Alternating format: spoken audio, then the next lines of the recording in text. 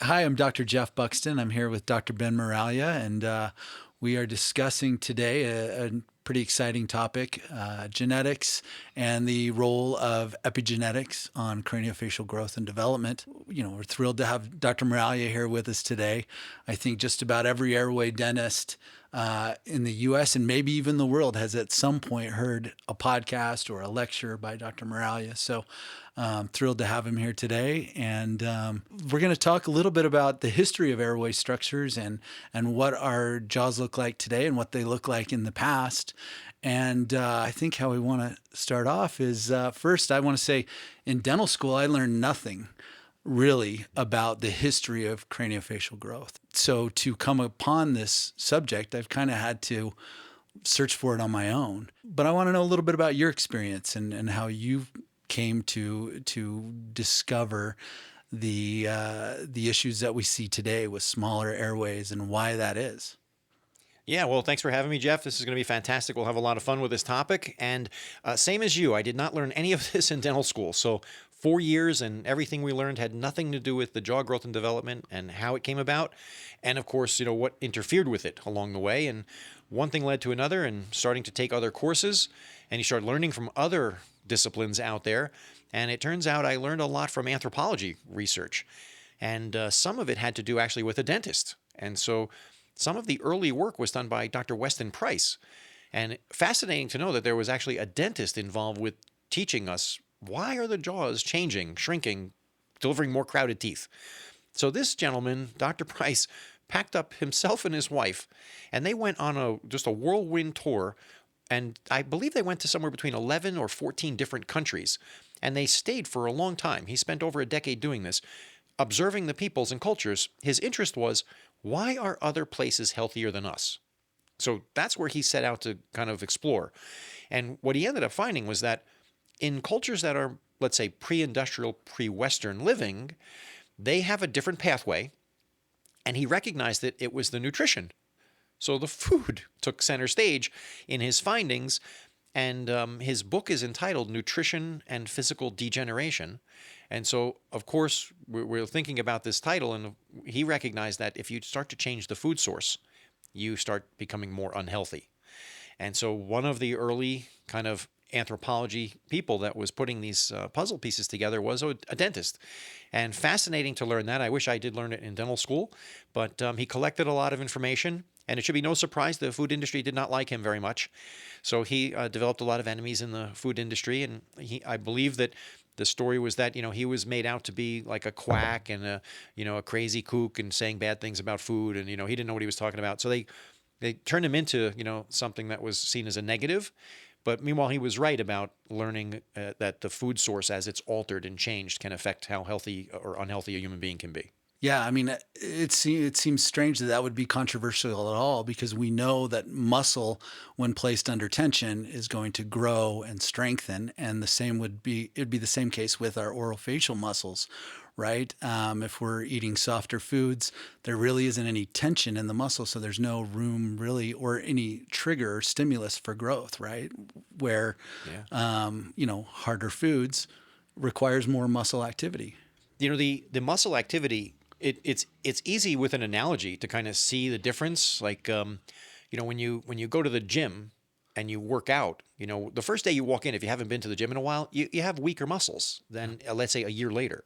So if you go to the gym for a year with a trainer and they're really going to push you, you could do amazing things and you'd be very happy at the change and it would be very visible. You would see like, wow, look at what this workout did for me. Well, if you stop going to the gym, it starts to fade away.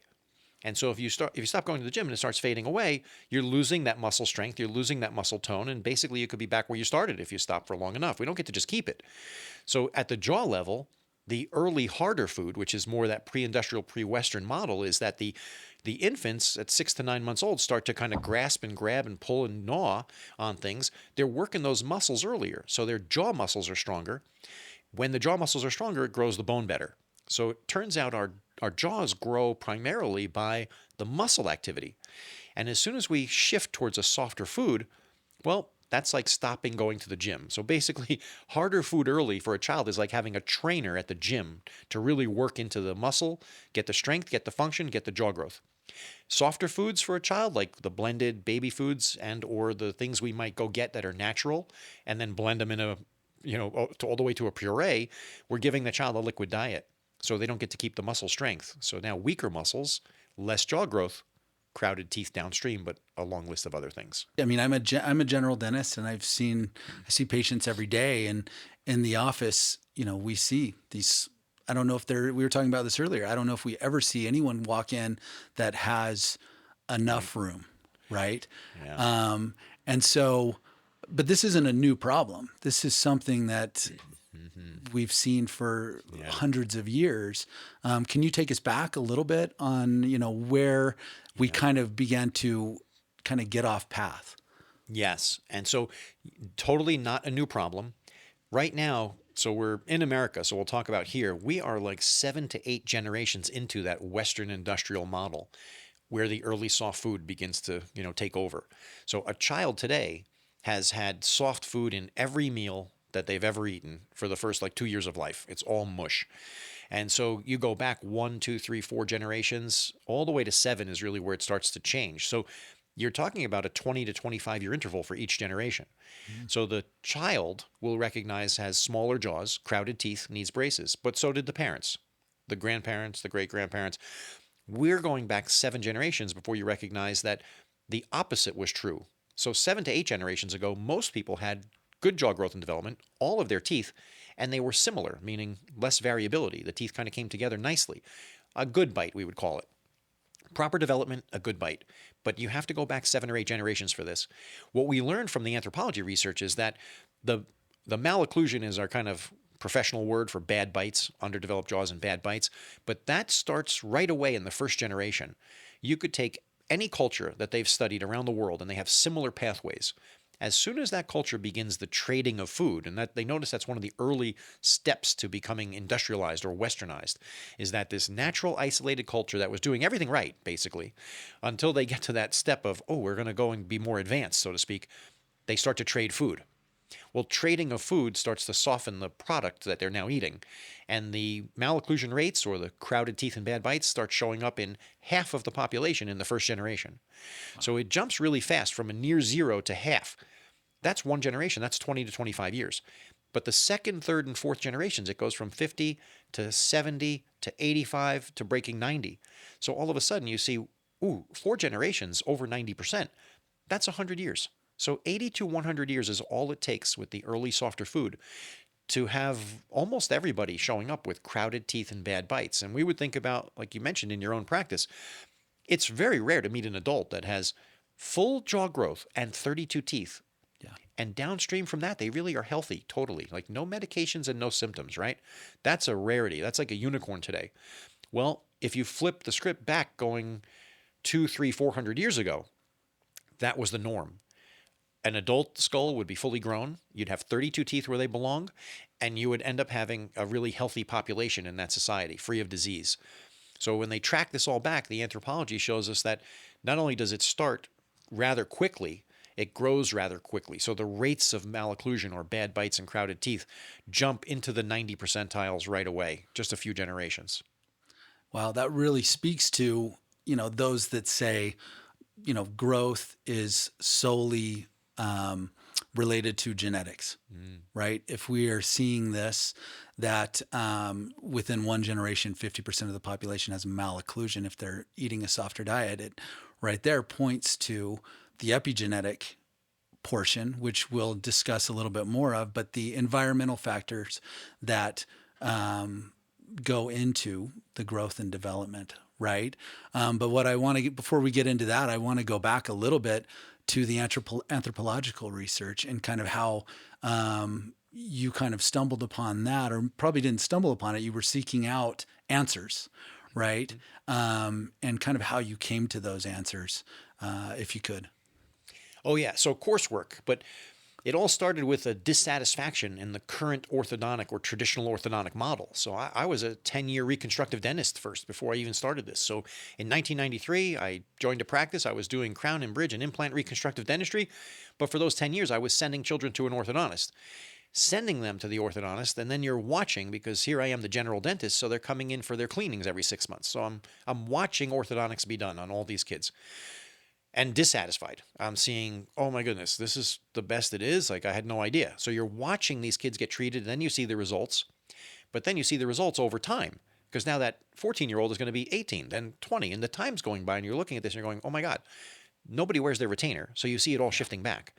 But then there's this category of they can't even get a good result.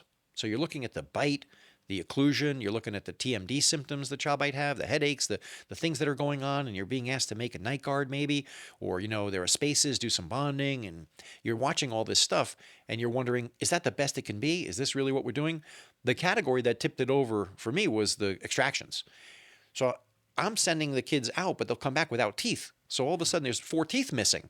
And I didn't think the child was that crowded to begin with. So the surprise for me was seeing a child come back with less teeth in their head, and those were healthy teeth. I would have never thought in a million years you would take those teeth out of this child. I didn't even see severe crowding. So you're having conversations and you're trying to understand, but those are not really conversations. They turn into arguments because someone says this is what we do and how we do it. And there was really no opening for discussions that were, let's say, professional and or thinking about solving this a different way, because I was very unhappy with extractions. It all led to me saying one day, fine, I'll do it myself. So the moment I said, fine, I'll do it myself, I hung up that phone and I realized, what did I just do? I had never done anything in the orthodontic world prior to this, and now I had to go learn it because I had just said it. So I said it, now I have to learn it. I started taking classes, and those classes were expansive orthodontic courses. Taking expansive or growth-oriented orthodontic courses, being taught by general dentists and orthodontists who are really, a very small outlier type, and orthodontists doing growth and development early for kids. That's where I got introduced to the whole anthropology component. That's where I started learning about people like Dr. Weston Price, Dr. Robert Corcini, Dr. Jerome Rose, George Catlin. There's a long list of names that are out there, people who documented and went around and studied the difference and why and this was all happening and had put it together for us to learn. So it was out there. I just had to get introduced to it. I didn't find it on my own. I was pursuing expansive growth and development style techniques so I could treat a child earlier and have a different pathway and different results. What I knew was that I didn't want to do what they were doing. So as long as the coursework I was taking was different than what they were doing, I knew I'd have a different opportunity for kids to offer. And that's kind of how I stumbled into the anthropology world and the history and realized, oh my God, this has been out here for really hundreds of years. This is out here for us to learn. Didn't get it in dental school. And I found it by going into the growth and development expansive orthodontic world. I mean, as I'm sitting here listening to you and thinking about, myself running a general dental practice, you're so busy doing so many things, you kind of pass on the ortho to the orthodontist. And the one benefit that we have that the orthodontists don't have is they do the treatment, and then the follow-up is not, I mean, they should be going back to see the orthodontist on a regular basis, but most don't. So, but they do go back to their general dentist. So every 6 months, we're able to see the repercussions of the treatment and maybe the non-compliance with a retainer, and then the damage that it does to the teeth, and then the comorbidities involved. And for many years, we've looked at those teeth and have thought, oh, you're stressed, you're grinding your teeth, or, you're just, do you eat a lot of, chew a lot of ice, without really considering what could be possibly going on with their ability to breathe. Right. And so that gets me back to discussing, we're talking about, the growth and development of the jaw. And for some people, they're thinking, well, growth and development of the jaw, that gives me a good, superhero jawline. I really want that. But that's not what we're focusing on. We're focusing on developing the jaws so that the airway is more expansive and we can breathe better. Oh, yeah, definitely. So when you're thinking about the jaw growth and development, the anthropology research teaches us that the early softer diet is going to give us weaker muscles and smaller jaws. So smaller jaws, the direct impact and the part we see easily is there's crowded teeth. So basically for decades, we're staring at crowded teeth. And so 100 years have gone by with people trying to fight with these crowded teeth. Can I fit them all in? How many do I have to extract? This whole world of staring at the teeth, basically the teeth are a symptom. And that's not the biggest problem that child is going to have. When the jaws are too small, that affects how you breathe. So the bigger problems are about your breathing and then, of course, how that affects your sleeping. So the child who has smaller jaws is going to have some sort of breathing problem. They might not have sleep apnea. That's going to be a smaller group that gets to like the worst breathing you could be, but they're going to have a breathing issue that is going to lead them into the unhealthy category. And you're going to have a list of symptoms from those smaller jaws making your breathing poor enough to really disrupt your sleeping quality. So there's a long list of things going on beyond just the crowded teeth, but all of it needs to be addressed. Who doesn't want straight teeth? We all want straight, beautiful teeth and a nice smile. It's part of being, a human being, is having a beautiful smile. But why can't we treat the cause and have all of it? So it always blew me away.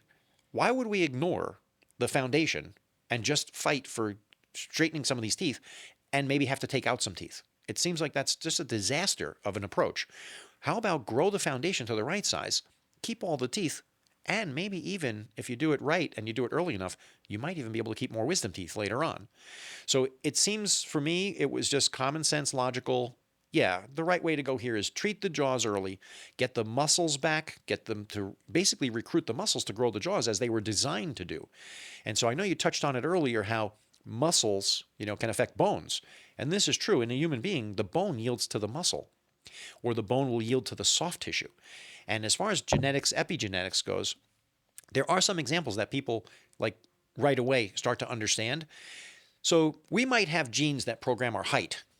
And so we're going to be different heights across the human race. But can you affect someone's height? And you certainly can. So the genetic component is that I've got genes that give me a certain opportunity to be a certain height. But one quick way to adjust someone's height is malnourish them during the early years. If you take a child and they're malnourished, you malnourish a child for many years, they will not achieve the same height they were supposed to genetically achieve. Now, we don't get to do experiments like that because who could take a group of children and say, okay, you'll eat healthy and you're going to be malnourished. You're going to get one meal a week. Let's make you a malnourished child. Well, that group is not going to grow to the same height as the other group. You're not going to get your genetic expression when you're malnourished. So you could be a shorter height. You don't get your height just because you have genes that say you're going to be 6 foot or 6'1". You also need to have a healthy lifestyle to get to that point. Number one would be proper nutrition. You have proper nutrition, you'll have the expression of your height. You're malnourished for all those early years, you're not getting that back when you're older. So you could see how that could be, an example of having a difference in what was genetically programmed for me to be versus what I got from my nutrition. Well, at the mouth level, when we have softer foods earlier, we get weaker muscles, and the weaker muscles don't grow the bones. So we end up with smaller jaw bones thanks to softer food. And the cultures that had harder foods earlier didn't have this issue. Malocclusion really doesn't exist prior to a few hundred years ago. So a few hundred years ago, all the jaws are growing beautifully. The soft food starts triggering this effect. And getting back to that genetic component, the 50% marker is a pretty significant one in the genetic world. So for the geneticists, there's this kind of time frame that they think about where a trait is expressed in a human being. So a visible trait that's expressed at 50% of the humans, where it was near zero. And malocclusion fits that model pretty nicely, where, hey, we have cultures that have little to no malocclusion, but with one generation of softer foods, we could see half these kids are having this problem, right? Well, the genetic community teaches us that it takes tens of thousands of years for a trait by your genes to be 50% of the population when it was near zero. So like if we were thinking about having crowded teeth and bad bites being genetic, to go from near zero to 50%, well, it takes only about 20 to 25 years, one generation with soft foods.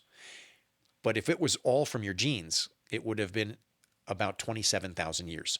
So we learned from the geneticists that to take a human trait from near zero to 50% of the population expresses it.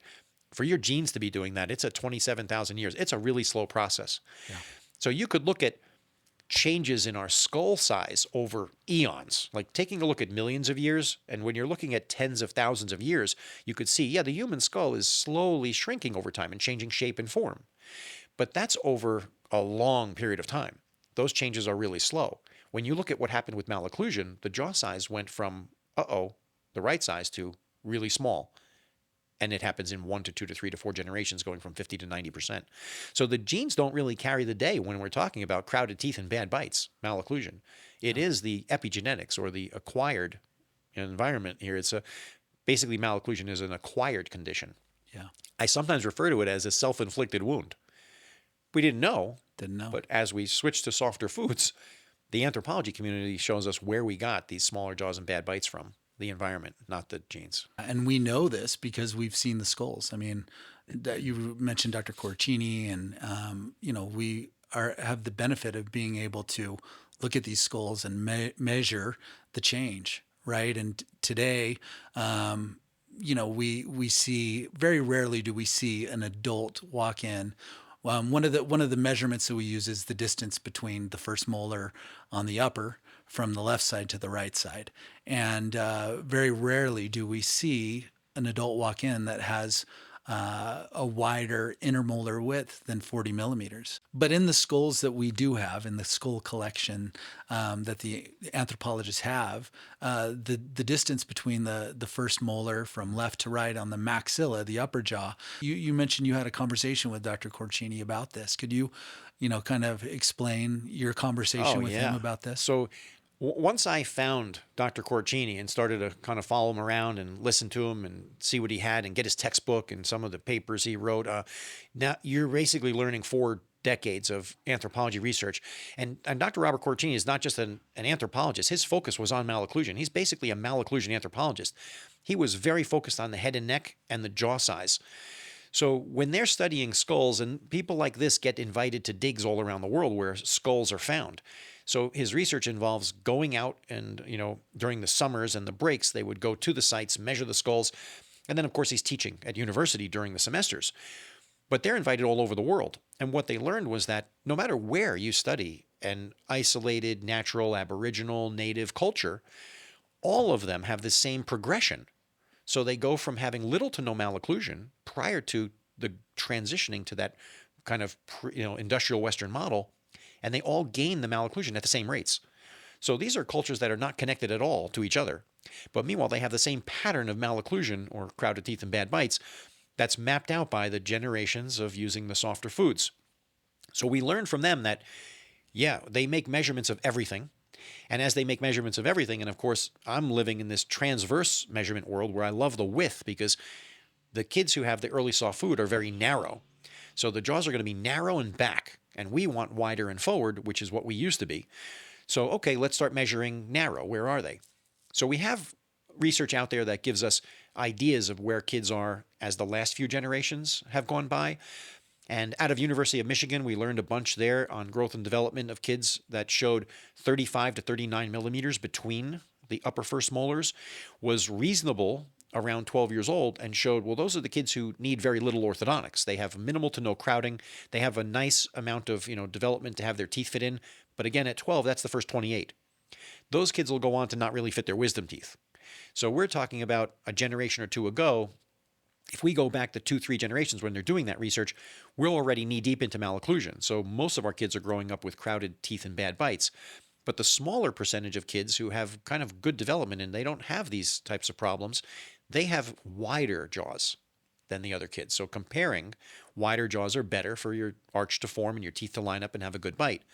We go back 100 years ago, we learned about Dr. Bogue. Dr. Bogue was measuring the littles when they had their baby teeth. He knew that a child who's got baby teeth should have between their upper last molars, which we label with letters A and J. A and J should be 30 millimeters apart at age 4. And if you have 30 millimeters at age 4, you're going to have a reasonable path. You might get some crowding in there, but it won't be severe. But 28 millimeters between A and J, those upper first molars at age 4, was going to be pretty good crowding. And not only that, what we learned from Dr. Bogue was that malocclusion gets progressively worse. So a 4-year-old who's narrow, and you might see baby teeth touching each other, no crowding in the baby teeth, but no spaces. All of a sudden, that's going to be a lot of crowding in the permanent teeth. So we knew from Dr. Bogue, we really need 30 millimeters by a 4-year-old age. We knew from Dr. McNamara and some of those Michigan studies that 35 to 40 is good range for 12 when you have little to no orthodontic needs or intervention. But then we go to the anthropology research because these are the people measuring the skulls before malocclusion existed. What were humans growing to before? Because all of these studies are showing us where we're underdeveloped currently. So Dr. Corcini and Dr. Rose, having the pleasure to meet them, talk to them, visit them, you start learning that they're measuring all these skulls and they know the widths off the top of their head. You can ask them. So I did. I got to ask them independently, hey, you're measuring these skulls forever. So pre-industrial, pre-Western skulls, what's the average width that you would come across, all these different cultures? And they gave the same number, 55 millimeters. So shocking. I couldn't believe when I heard it, because had I been asked, I would have said 45, 40, 45, knowing that I'm trying to get these kids to 40, thinking I'm helping these teeth out. And they're telling me 55 was the average intermolar width that they came across when they're doing their research on pre-industrial, pre-Western cultures that have full jaw growth and development. And those skulls have another characteristic. They have all 32 teeth. So all 32 teeth comes with an average width of 55 millimeters. Then I asked, my follow-up question was, well, okay, what's the smallest measurement you would come across? Since average is 55, what's the smallest measurement you'd come across in that pre-industrial, pre-Western model? They both said 50. They both had the same number. So 50. So I'm like falling over, losing my mind over hearing 50 is the smallest number to anthropologists. And I'm referencing those two. There are hundreds, if not thousands, of anthropologists out there measuring skulls and doing all this wonderful work. But they both have 4 decades of research behind them. So I don't know two people who've measured or seen more skulls than these two gentlemen. And so hearing 50 millimeters between the upper first molars is a lowest of numbers that they've ever found in skulls that have all 32 teeth with fully grown jaws. So that's a good source of information to know, 50 might be a minimum target to get to. And at the time I'm learning that, I'm only trying to get to 40. These kids get them to 40 because they're coming in the 20s. And adults, like you mentioned, are coming in the 30s. And we don't even find, I call it a unicorn. Like in my own office, when we find an adult that measures 40 or more, we call that person a unicorn. When we find a kid who measures appropriately like that, we found a unicorn, because it seems like, the early softer food has won the day in delivering the underdeveloped jaws. And these numbers are out there for people to find. Like I didn't invent any of these numbers. I just came across them. But we're talking about hundreds of years of research in there showing what cultures did have, their diet, the transition to harder foods, the jaw growth, and the measurements. And the fascinating thing about anthropology is they can do it going backwards too, because by generation you can date. So they know by generation, like, look at this culture here that we're now studying. By their grave sites, you can go back and learn, wow, this is not an issue until now. They also start to follow cultures forward, because now as you have measurements, if that culture starts to take the food trade, oh no, now we're going to do this, they're becoming Western industrial living, they can start to measure the kids. And that's where you get the numbers of, half the kids have it, now it's this. And sure enough, you could track malocclusion. One of the fun graphs they have is tracking it from the Far East all the way over to England, because it sweeps across Europe first, then it jumps the pond and then comes across the United States, because we're later. So the malocclusions start way back when over here, and like a needle, they come right across. And so they time it. It's directly following the trading for the softer foods. As soon as the softer foods get in there, the malocclusion begins, and it sweeps its way right across Europe. Then it hops over here when we get here, and then it kind of goes right across the country. So what a fantastic opportunity to learn about anthropology research and where malocclusion really did come from. An early soft diet is really the trigger for the rapid increase in smaller jaws and crowded teeth. Like you mentioned in your practice and in my practice as well, most adults I see, it's 30, 35 millimeters. If they're above 35 millimeters, I'm like, okay, not terrible, but in reality, kind of terrible. But that's about a 40% decrease. So our heads have shrunk at least 40% over these hundreds of years, which is mind-blowing, honestly, to think about. We're talking about genetics and epigenetics, and some of our viewers may not know exactly what epigenetics are, but epigenetics are the environmental influence on our growth and development, right? Our genes are encoded within us from our parents to grow a certain way, but the epigenetics can have an effect on that. And we've touched on that a little bit, but I'd be curious, for you to share a couple of instances in society today where we see that. Could you share a couple of those that you're familiar with? Yes. So along the way, you learn that, the jaws are smaller thanks to the environmental influence, right? The softer foods. But then you start to learn more about cultures around the world, and you realize, hey, there's other examples of this. So one of them happens to be in the foot binding or foot wrapping part of a culture, where if at a young age you wrap a foot, you can maintain that size. And so basically what will happen is, as the human is growing, the foot being wrapped, it will not be allowed to grow. So foot wrapping or foot binding is a practice in some cultures where you would go there and recognize like, oh, look at this teenager has a smaller foot. Their parent has it. Their grandparent has it. But that's not in their genes. You don't say, oh, they have genes for those smaller feet like that. No, they had an environmental influence, a wrapping technique that maintained the size of that foot. So we see it in each generation, but it didn't come from the genes. So they altered the gene expression for their foot size by wrapping it. Another example I've learned over the years is the neck rings, the placement of neck rings. There are cultures that at young ages apply rings, and they're decorative and they're beautiful, but when you apply one after the next, you can influence the length of the human neck. So when they're done early in life, then the muscles and the bones behave differently and you grow differently. So you would go to a culture and observe, oh, look at this, the teenage has it, a longer neck from the rings. Their parent has it, a longer neck from the rings. The grandparent has it. We've got 3 generations we're looking at. That doesn't mean we get to say, oh, they have a long neck in their genes, because that is an environmental influence. You're programmed to have a neck length, and there are, standards and averages across the human race. You'd recognize when you start to Google and look at these photographs, that neck is 2 to 3 times the length of the average human neck. That's not in their genes. So just because something is seen generation to generation doesn't mean it comes from your genes. That's not how genes work or how genetics works.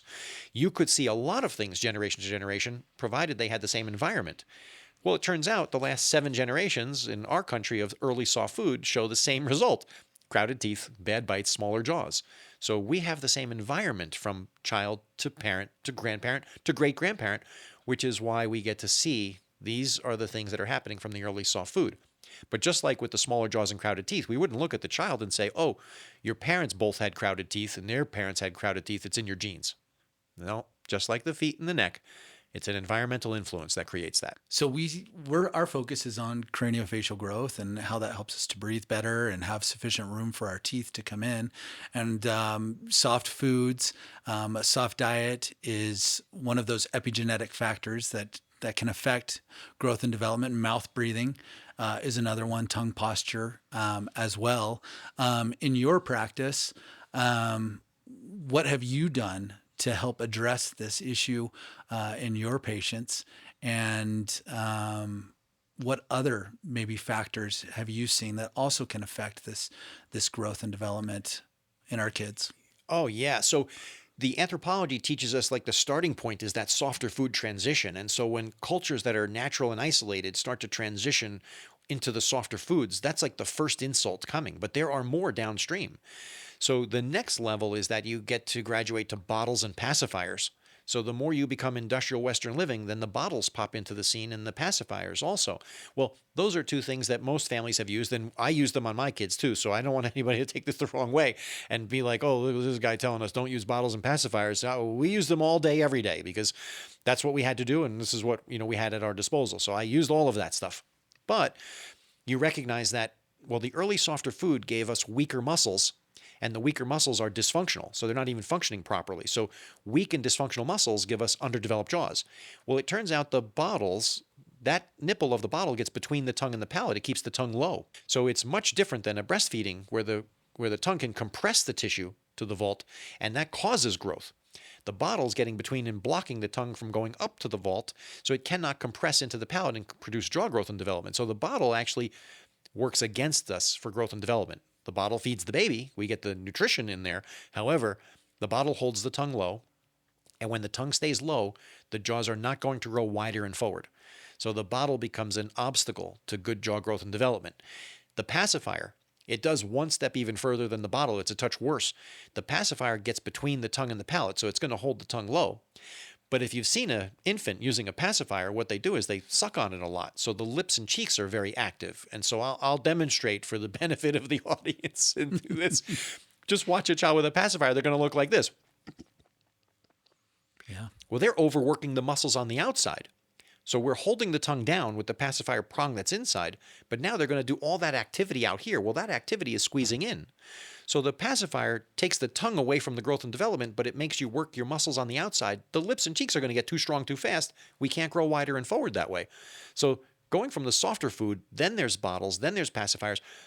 We really have a lot of things in place that kind of lead to the underdeveloped jaws and crowded teeth. But the early soft food is, by the research through the anthropology, the starting point of this. It causes the biggest of the problems. When you think about bottles and pacifiers, it's like adding a gallon of gasoline to an inferno that's already running.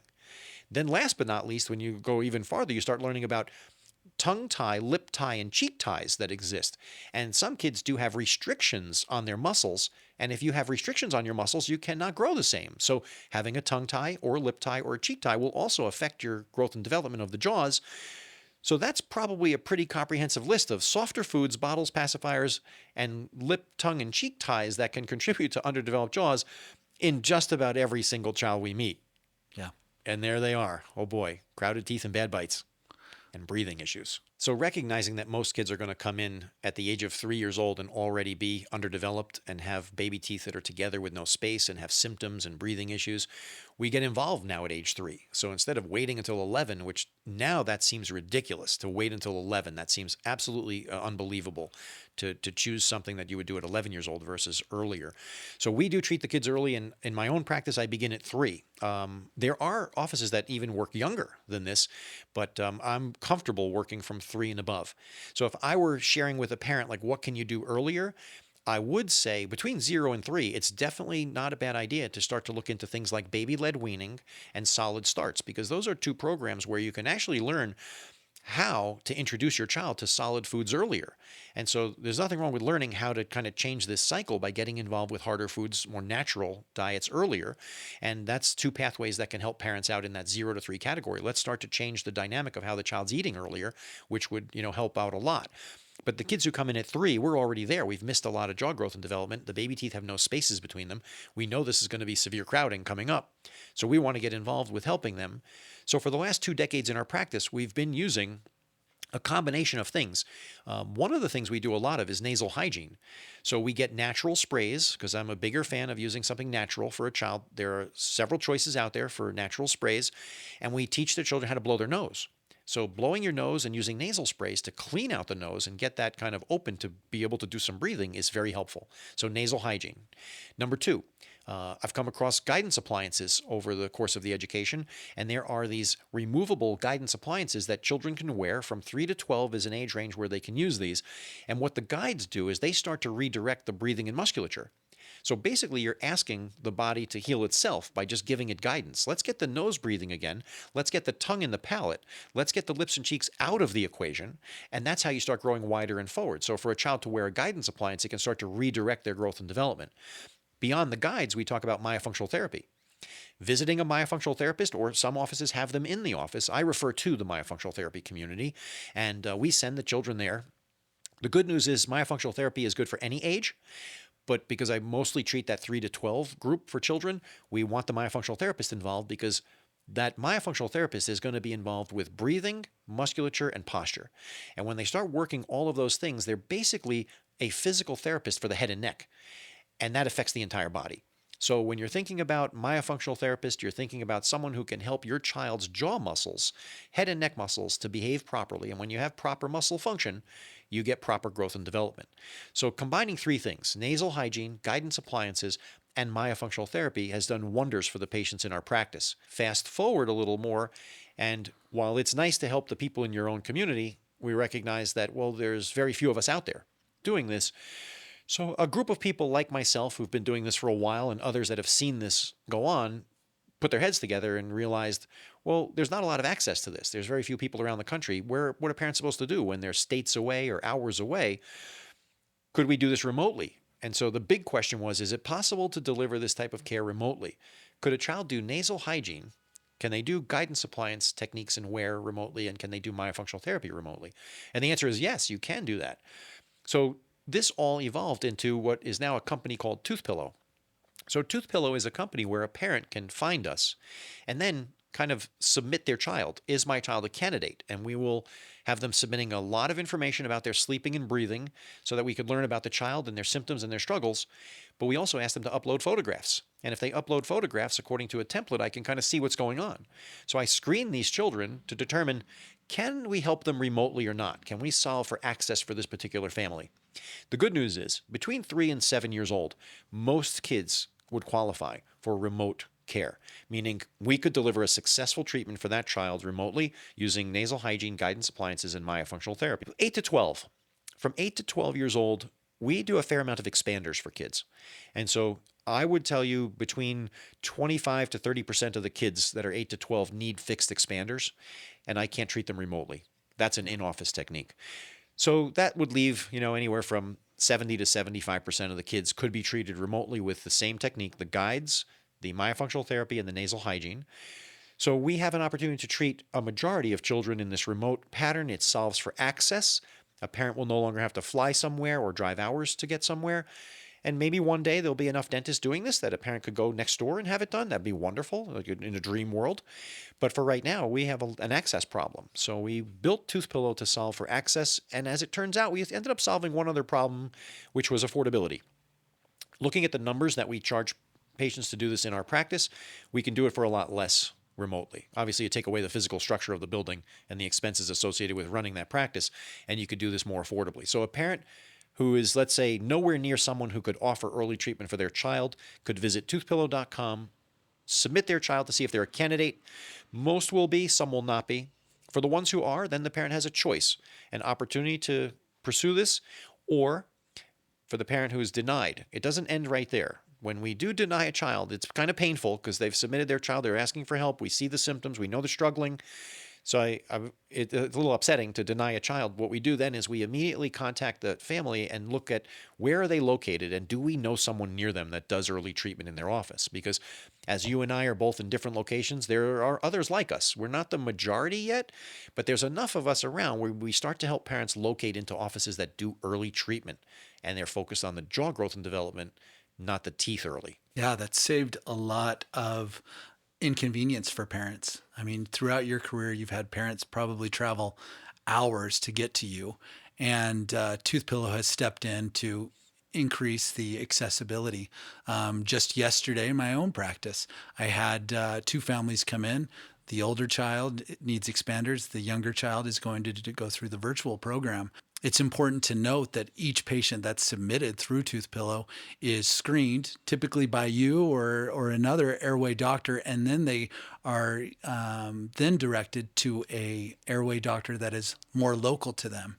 And then if they do need to go into an office, they are typically provided with an office that has been extensively airway trained to treat that child. So it's an honor to be a part of this program and to be able to treat more kids than I ever would be able to treat in my own practice alone. So thanks, Ben, for being with us today. And we look forward to future discussions about airway health. Oh, it's my pleasure. Thank you, Jeff, for having me. Thank you. To get your child assessed with one of our airway dentists, submit for your free virtual assessment at toothpillow.com. It's free, it's easy, it's virtual.